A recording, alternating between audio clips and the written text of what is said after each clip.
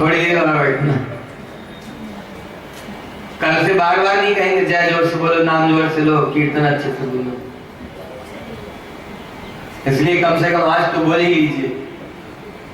कई लोग इसलिए 7वें दिन की कथा श्रवण करने जरूर जाते हैं। 6 दिन कथा श्रवण नहीं की, 6 दिन नहीं गए कथा सुनने के लिए, 7वें दिन ही 6 दिन का फल ले लेंगे। पूरे 7 दिनों का फल 7वें दिन ही ले लेंगे। तो यदि यही भावना है तो कम से कम आज बोल लीजिए अच्छे से, कम से कम आज ही बोल लें। इसलिए ध्यान रखिए। सुखदेव जी वर्णन कर रहे थे, राजन छल से हरा दिया पांडवों को और वनवास दे दिया। 12 वर्ष का वनवास और 1 वर्ष का अज्ञातवास। सारे प्रयत्न कर लिए, उस वन में भी चैन से रहने नहीं दिया। क्या क्या नहीं किया। ऋषि दुर्वासा एक बार दुर्योधन के पास खूब स्वागत सत्कार किया। ऋषि दुर्वासा प्रसन्न हुए, क्या वरदान मांगो, क्या चाहते हो? दुर्योधन बड़ी कपट युक्त वाणी से बोला, हाँ हमारे भाई युधिष्ठिर भीम इत्यादि वन में हैं, दुख है उनको, तो हमारी इच्छा है कि आप हमारी तरह उनको भी अपना आतिथ्य प्रदान करें, अपनी सेवा प्रदान करें। आपकी सेवा करके सुखी हो जाएंगे, तो उनको भी अपनी सेवा का अवसर प्रदान कीजिए। द्रौपदी की शरणागति आपको समझानी है, इसलिए ये बात कह रहा हूं। और एक महाभारत का प्रसंग, अर्जुन की शरणागति को समझाना किस लिए? एक तो महाभारत का प्रसंग इतना लंबा कहने की आवश्यकता नहीं। इनका कैसा भरोसा था भगवान के प्रति, द्रौपदी का, अर्जुन का, पांडवों का, उसको बताने के लिए महाभारत के प्रसंग थोड़े विशेष रूप से कह रहे हैं। छल से हरा दिया, द्रौपदी को भी दांव पर लगा दिया महाराज युधिष्ठिर ने, वो भी हार गए। जैसे ही उस दांव को जीता, उस पारी में जैसे ही जीता, दुर्योधन तुरंत बोला दुशासन को, जाओ अब द्रौपदी हमारी दासी हुई, जाकर के कह दो यहां बुला करके लेकर के आओ, ना आए तो घसीट करके लेकर के आओ। बहुत प्रकार की शिक्षा भरी हुई है। नारी के अपमान का क्या दुष्परिणाम है, स्पष्ट बिल्कुल। क्या हुआ? सब कुछ सारे के सारे मारे गए। कितने? पांडव 5 थे, कौरव 100, सबके सब मारे गए। धृतराष्ट्र भी जंगल में गए बाद में, बचा क्या? सब कुछ समाप्त हो गया। इसका ये मतलब नहीं कि ऐसा होकर के रहना। देखो द्रौपदी का ब्लैकमेल मत करना घर में किसी को। सबके लिए शिक्षा है इसमें। स्त्री किस तरह का आचरण करे, बहू किस तरह का आचरण करे, माँ किस तरह का आचरण करे, सबको शिक्षा लेनी। पिता, पति, पुत्र, भाई, सगे संबंधी किस प्रकार का आचरण करें। कह करके तेजा दुशासन पहुंचा, कहा महाराज युधिष्ठिर तुमको हार गए हैं जुए में, अब तुम दासी हुई, हमारी कौरवों की दासी हो गई। तो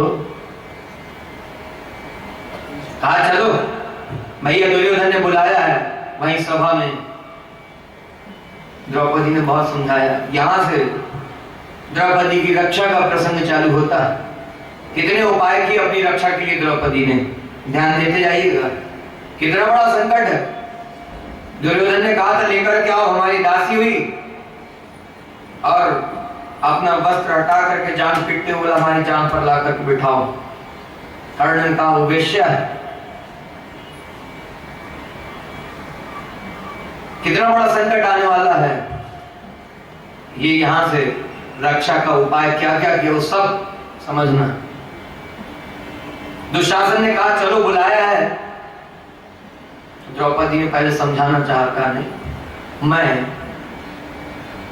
ये किसी भी तरह से उचित नहीं है, स्त्री के साथ इस तरह का व्यवहार अनुचित है, समझाने की कोशिश की। फिर कहा मैं अभी छूने योग्य नहीं हूँ, रजस्वला अवस्था में छूने योग्य नहीं, स्पर्श करने योग्य नहीं हूँ, इसलिए राजसभा में नहीं जा सकती। ऐसी अशुद्ध अवस्था में राजसभा में नहीं जाना है, इसलिए राजसभा में अभी नहीं जा सकती।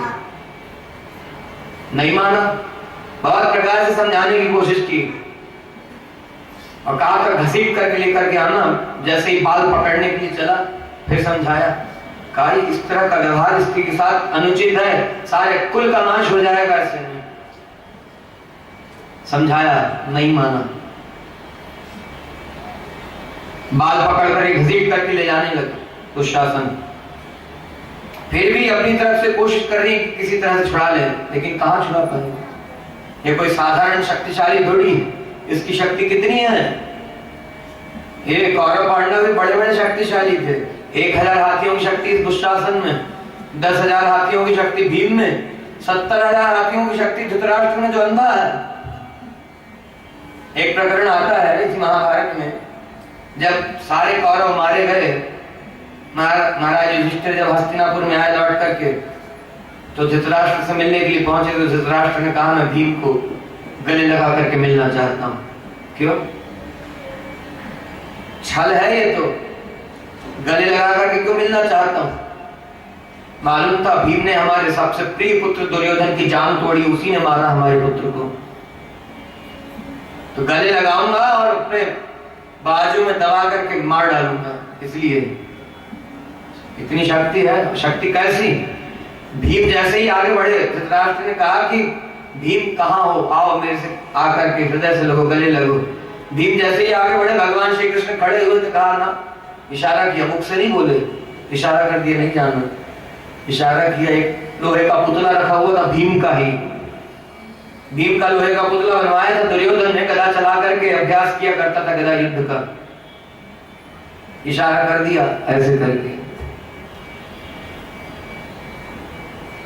भगवान ने इशारा किया, भीम समझ गए, लोहे के पुतले को उठा करके ले जाकर के रख दिया धृतराष्ट्र के सामने। धृतराष्ट्र ने अपने बाजू में उसको पकड़ करके दबाया, दबा करके चकनाचूर हो गया, लोहे का पुतला चूर चूर हो गया। इतनी शक्ति थी।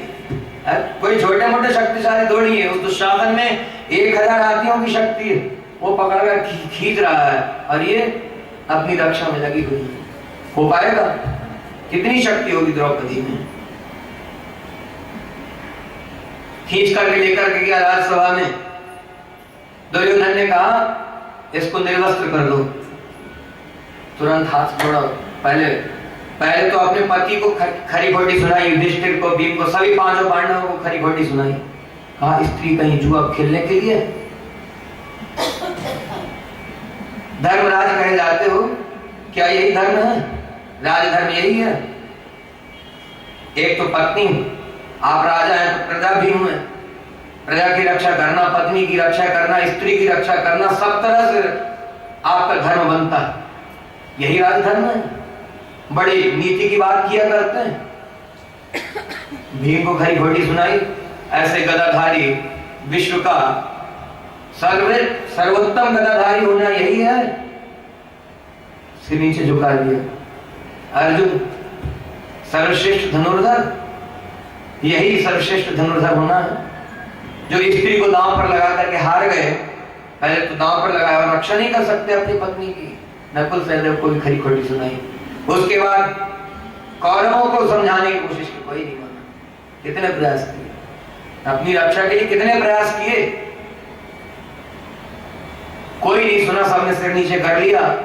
उसके बाद जाकर के धृतराष्ट्र के सामने खड़ी हुई हाथ जोड़ करके, आप राजा हैं ना, और इस कुल में बड़े भी हैं। राजा का कर्तव्य है अपनी प्रजा का, अपनी प्रजा में जो भी स्त्री है, हर एक स्त्री की रक्षा करना, प्रजा की रक्षा करना। और आप हमारे ससुर भी हैं, तो ससुर की भी रक्षा है, अर्थात पति का जो पिता है उसकी भी ड्यूटी बनती है, उसका भी कर्तव्य है अपने कुल की जो वधु है उसकी रक्षा करे। तो आप समझाइए अपने पुत्र को इस तरह का अनाचार ना करे। कुछ नहीं बोला, सिर झुका लिया। भीष्म पितामह से कहा, हाँ आप तो इस कुल के सर्वश्रेष्ठ है ना, पितामह कहे जाते हैं। कितनी पीढ़ियां देखी हैं आपने, ये आपके पौत्र हैं, प्रपौत्र। इस तरह का कृत्य कर रहे हैं और आप चुपचाप देख रहे हैं। उन्होंने भी कुछ नहीं कहा। क्यों? धृतराष्ट्र की रक्षा का वचन दिया हुआ था, हस्तिनापुर के राज सिंहासन पे जो भी रहेगा उसकी रक्षा करना, उसकी हर बात को स्वीकार करना, वचन दिया हुआ था। प्रतिज्ञा की। ऐसी प्रतिज्ञा किस काम की? उन्होंने भी कुछ नहीं उत्तर दिया। तो द्रौपदी ने फिर ये विचार किया, द्रोणाचार्य से कहने लगी, आप तो इन सब के कौरवों के भी पांडवों के भी शिक्षा गुरु है ना, आपने शिक्षा दी है तो गुरु की बात तो कम से कम मानेंगे ही। द्रोणाचार्य भी कुछ नहीं बोले। कृपाचार्य से कहा आप कुल गुरु हैं, ये शिक्षा गुरु है, लेकिन आप तो सारे कुल के गुरु हैं, आप तो समझा सकते हैं। उन्होंने भी कुछ नहीं कहा। कितने उपाय किए। धृतराष्ट्र से कहा, भीष्म पितामह से, द्रोणाचार्य से, कृपाचार्य से, उसके पहले स्वयं समझाया, दुशासन को, दुर्योधन को, पांडवों सबको कहा। कितने उपाय करे, कुछ नहीं। और उसके बाद अभी साड़ी पकड़ कर खींचने ही लग गया दुशासन, तो अपने हाथ से अपनी साड़ी पकड़ी हुई, उसमें 1000 हाथियों की शक्ति, और ये स्त्री है, कितनी शक्ति होगी। साड़ी पकड़ कर खड़ी हुई है, वो तो खींचता जा रहा है। लेकिन जब समझ में आया द्रौपदी को, ये भी उपाय करके देख लिया, अपनी सारी शक्ति कर ली, लगा ली, अपनी तरफ से जो जो प्रयास कर सकती सब कर लिया, किसी में सफलता नहीं मिली। तब क्या किया, हाथ ऊपर उठा करके सर के ऊपर किए और भगवान को याद किया, शंख चक्र गदा पाणे द्वारिका जयाच्युत गोविंद पुंडरीकाक्ष रक्षमाम शरणं। हे द्वारिकाधीश, हे शंख चक्र गदा इत्यादि धारण करने वाले, आप मेरी रक्षा कीजिए, आपकी चरण शरण हो रही हो, अपनी रक्षा कीजिए, आप मेरी रक्षा कीजिए। भगवान ने कैसी रक्षा की, कैसी रक्षा की। भगवान वस्त्र ही बन गए। जिस समय में द्रौपदी छूने योग्य नहीं थी, अशुद्ध अवस्था में थी, उस समय भगवान द्रौपदी के वस्त्र बने। भगवान की शरणागति में देश काल का नियम नहीं है, किस समय में किस स्थान में शुद्ध है या अशुद्ध है इसका नियम नहीं। जिस समय भगवान के चरण शरण होगा उस समय अपनाया जाता। भगवान ने कहा ना सुग्रीव को, सकृदेव प्रपन्नाय तवास्मि च अभयं सर्वभूतेभ्यो ददामि तद्वत्। ये बात इसलिए समझा रहे हैं कि भगवान के प्रति यदि अविश्वास है कि भगवान रक्षा कैसे करेंगे, केवल भगवान कृष्ण ही हमारी रक्षा कैसे कर सकते हैं, उनके भरोसे मोक्ष कैसे प्राप्त होगा, केवल भगवान के भरोसे संसार से बेड़ा कैसे पार होगा, यही यदि इस तरह की शंका है, भगवान के प्रति अविश्वास है, तो समझना चाहिए इसी से। क्यों मन में कई बार आता है, ये तो किया नहीं, तीर्थ तो किया नहीं, जब तब किया नहीं, व्रत किया नहीं, यज्ञ आदि किए नहीं, कैसे मोक्ष प्राप्त होगा। तो ये सब कितने उपाय किए थे, इनसे कुछ हुआ, रक्षा हुई, लाज बची नहीं। कब बची, जब सब कुछ सारे उपाय छोड़ करके अपने हाथ से अपनी साड़ी पकड़ी हुई थी, अपनी शक्ति का भरोसा था, वह भी छोड़ करके हाथ जोड़ करके भगवान की चरण शरण की। शरणागत का जैसा स्वरूप है वैसे हाथ जोड़ करके, सर झुका करके भगवान का स्मरण किया, मुख से बोल करके भगवान का नाम लेकर के पुकारा और मन भगवान के चरणों में लगा हुआ था। ऐसे शरण हुई भगवान के, तो भगवान वस्त्र बन गए द्रौपदी के लिए। और कैसी रक्षा की, 1000 हाथियों की शक्ति वाला दुशासन खींचता रहा, खींचते खींचते अंत में थक करके, हार करके, बेहोश होकर गिर पड़ा। भगवान ने कितना वस्त्र प्रदान किया, किस लिए? वो एक साड़ी के टुकड़े के लिए ना, भगवान उसके लिए देंगे। भगवान ऐसे नहीं है। भगवान ने तो किस पर दिया, जब हाथ जोड़ करके भगवान को पुकारा, रक्षमाम शरणागतम, मेरी रक्षा कीजिए, मैं आपकी शरण हो रही हूं अपनी रक्षा के लिए। जब यह बात कही तो भगवान वस्त्र बन गए द्रौपदी के लिए। ऐसे रक्षक भगवान है। ऐसा दास बनना अर्थात अपनी सदगति के, अपने कल्याण के, मोक्ष प्राप्ति के जितने उपाय संसार भर में सारे वेद शास्त्र पुराण में बताए गए, सब कुछ छोड़ करके सारतम शास्त्र का जो निर्णय है, जिस शास्त्र में केवल सार ही सार है, जैसे श्रीमद् भागवत महापुराण, श्री विष्णु पुराण, केवल सार की बात कही गई है कि भगवान के चरण शरण हो, मोक्ष प्राप्त करने के लिए, संसार से छूटने के लिए अनन्यता पूर्वक अनन्य किंचन भगवान के दास बनो। इस बात को स्वीकार करना पड़ेगा, मानना पड़ेगा, यदि मोक्ष प्राप्त करने की इच्छा है तो। और नहीं तो संसार का सब भोग ही रहे हैं, भोगते रहेंगे, भोगते आए हैं अनंत जन्मों से। छूटने की इच्छा है तो यही उपाय है, इसी को करना पड़ेगा।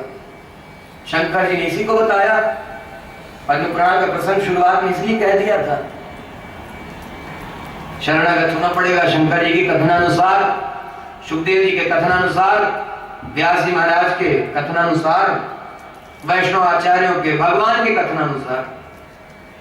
सबसे बड़ी बात, भगवान के विषय में जो कुछ भी कहा जाता है उसमें भगवान का वचन ही प्रमाण है, ये ऋषियों का कथन है। भगवान के विषय में भगवान का वचन ही प्रमाण है। भगवान का वचन क्या है? अहं त्वा सर्व पापेभ्यो मोक्षयिष्यामि मा शुचः। लेकिन कब?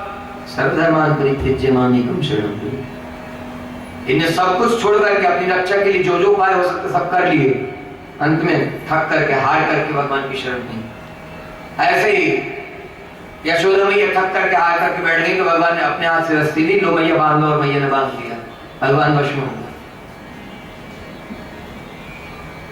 अब चलिए आगे।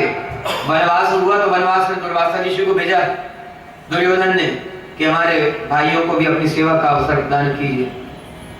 पहुंच गए। छोटी मोटी शिष्य मंडली तो है नहीं, हजारों की संख्या में शिष्य साथ में रहते हैं। पहुंचे जहां युधिष्ठिर और पांचों पांडव थे द्रौपदी के साथ में। दोपहर का समय था। युधिष्ठिर ने साष्टांग प्रणाम करके स्वागत किया और निवेदन कर दिया, गुरुदेव दोपहर का समय है, भोजन कीजिए। भोजन का समय हो रहा है। कहा ठीक है, स्नान संध्या वंदन करके आ रहे, तैयारी करो। युधिष्ठिर ने द्रौपदी से कहा, दुर्वासा ऋषि पधारे अपने शिष्यों के साथ, भोजन कराना है।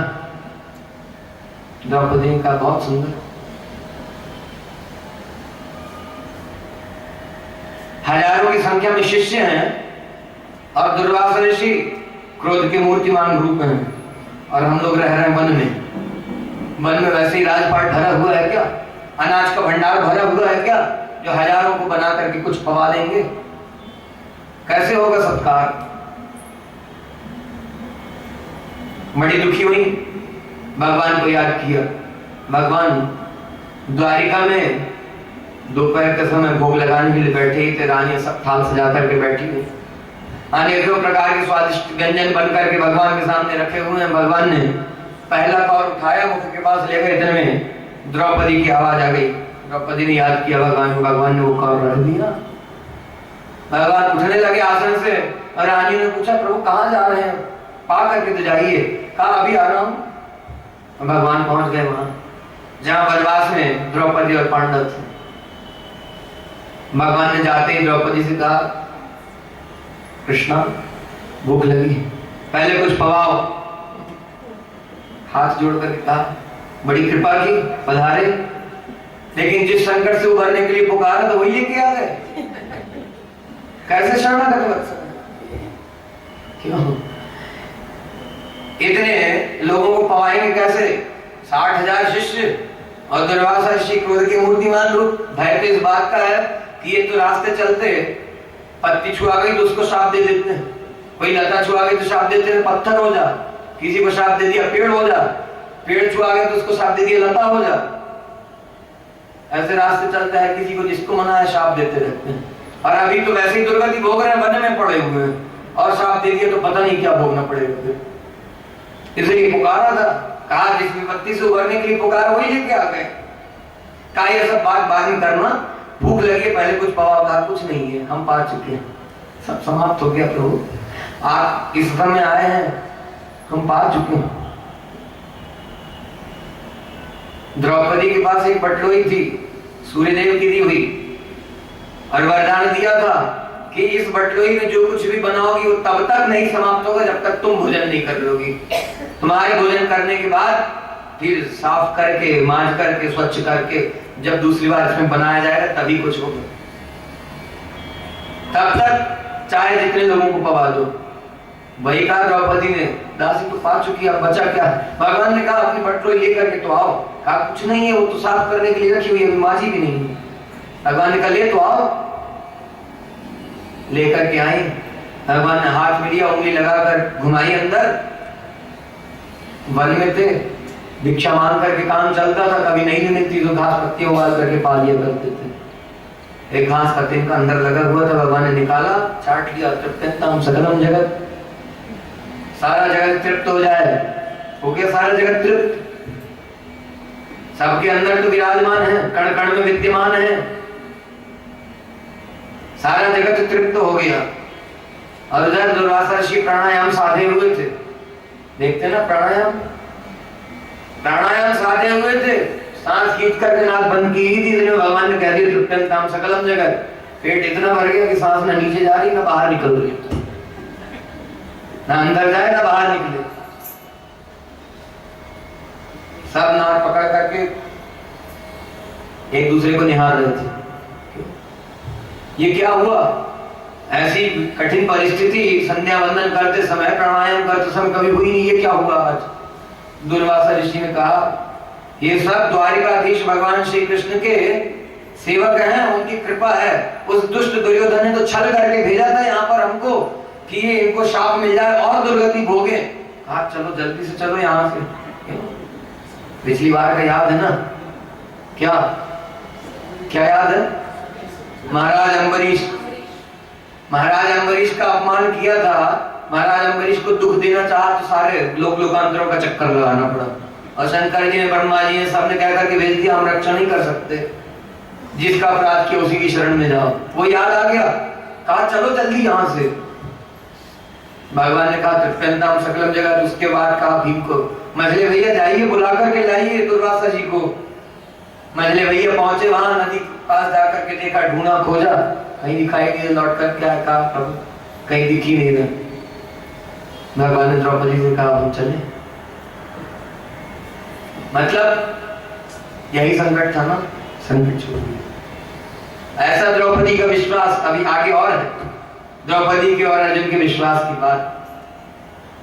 वनवास अज्ञातवास समाप्त हुआ, भगवान क्या बन करके गए? दूत बन करके गए, इनके संधि पत्रिका लेकर के गए कौरवों के पास। वो भी कैसे? दूत का ही स्वरूप बना करके संधि पत्रिका अपने गले में बांध करके गए, हाथ में लेकर के नहीं, गले में बांध करके। और जाकर के वहां भी दुर्योधन ने छल करना चाहा, बंधक बनाना चाहा, भगवान को नहीं बना सके।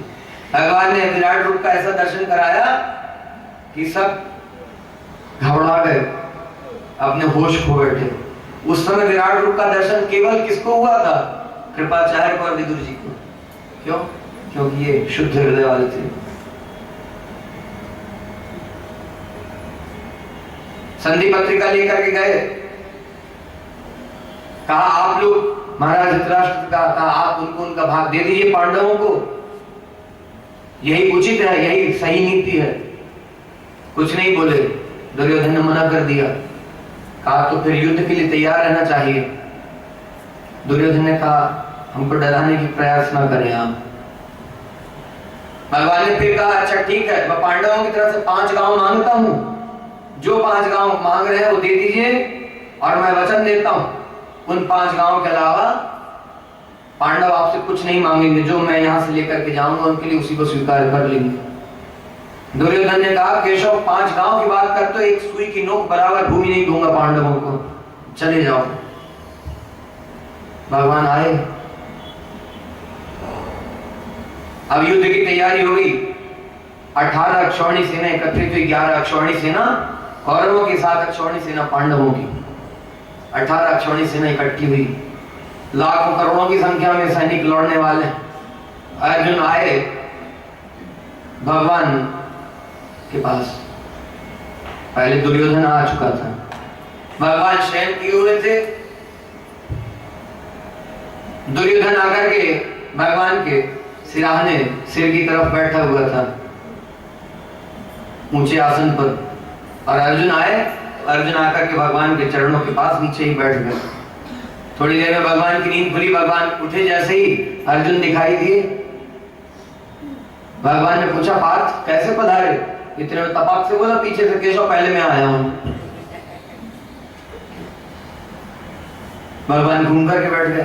कहा अरे राजकुमार दुर्योधन, कहिए कैसे पधारना हुआ?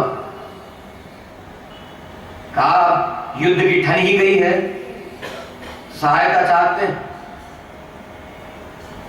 लेकिन ध्यान दीजिएगा पहले दृष्टि कहां पड़ी? अर्जुन के ऊपर। कहां है? चरणों में बैठे हुए। जो चरण की तरफ रहेगा उसी के ऊपर दृष्टि होगी। और भगवान वेंकटेश का दर्शन आपने किया है सभी ने, तिरुपति बालाजी का। भगवान स्वयं इशारा करते हैं। कैसा स्वरूप है भगवान का? चतुर्भुज रूप है, एक हाथ में शंख, एक में चक्र, एक हाथ कमर पे और दूसरा हाथ ऐसा है कि ऐसा है। भगवान बता रहे हैं एक हाथ कमर पे नहीं है, भगवान ऐसा किए हुए, एक हाथ से इशारा कर रहे हैं हमारे चरणों में आओ, दूसरे हाथ से ये आशीर्वाद की वरदान की मुद्रा, जो मेरी चरण शरण में आ जाएगा वो सदा के लिए अभय हो जाएगा, चिंता मुक्त हो जाएगा, मोक्ष प्राप्त कर लेगा, उसको चिंता करने की, भय की जरूरत नहीं। पिताजी जब सर के ऊपर हाथ रख दें तो सारी चिंता दूर हो जाती है कि नहीं? अब चरण स्पर्श करते हो तो मालूम हो कि पिताजी आशीर्वाद कैसे देते हैं। चरण स्पर्श करते ही नहीं हम। अब क्या करते हैं? अब घुटने स्पर्श करते हैं, वो भी नहीं करते अब तो। पहले चरण छूते थे, दोनों हाथ से दोनों चरणों का स्पर्श करते थे। हाँ, अब पिताजी डेड हो गए तो छुएंगे, चरण किसके छुए? सही बात है। तो किसी को प्रणाम करना भी है तो पूरा नहीं, एक हाथ से करने लगे, अब वो भी छूट गया, एक हाथ भी केवल ऐसा बढ़ाया घुटने तक, अब वो भी नहीं।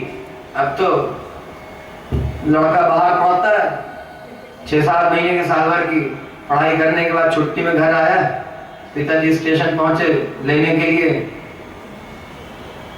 हाय डैड, चरण स्पर्श तो भूल ही गया, चरण स्पर्श करना है, पिताजी के पैर छूने, हाय डैड। डैड है तो फिर तो हाय निकलेगी, मरा हुआ तो हाय तो निकलेगी नहीं, छोड़िए इसको। इस तरह से संबोधन करते हैं। तो जो चरण की तरफ रहेगा उसकी तरफ ध्यान रहेगा, जो सेवक होगा उसके ऊपर कृपा रहेगी। हर बात से यही तो शिक्षा मिल रही है। उसने कहा पहले मैं आया हूं, भगवान ने कहा ठीक है आप कहिए कैसे पधारना हुआ। कहा युद्ध की तो ठन ही गई है, जानते ही हैं, तो सहायता चाहते हैं।